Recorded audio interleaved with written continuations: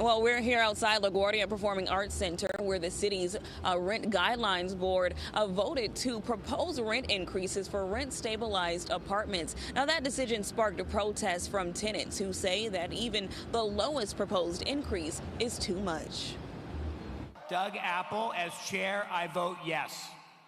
In a narrow 5-4 vote, New York City's Rent Guidelines Board proposed raising rent on rent-stabilized apartments across the city by 1.75 to 4.75% for one-year leases and 4.75 to 7.75% for two-year leases.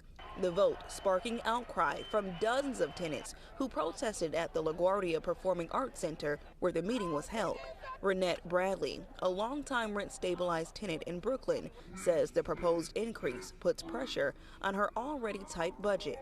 We have to choose between soap and toothpaste to pay rent. Puts us in a bad spot. It displaces us. Ann Korchak, president of Small Property Owners of New York, says a rent increase is necessary due to rising operating costs for landlords. Her family owns 2 residential buildings in Manhattan. So any old building, faces major repairs, particularly around the facade and the roof. We're going to need to replace a boiler soon.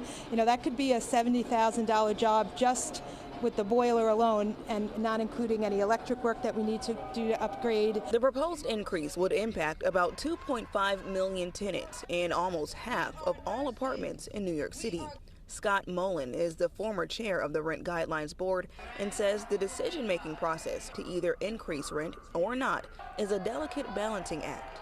There's an affordability issue of what people can afford and can't afford, and there will be an effort to strike a balance. The Rent Guidelines Board consists of 9 members, all of whom are appointed by the mayor.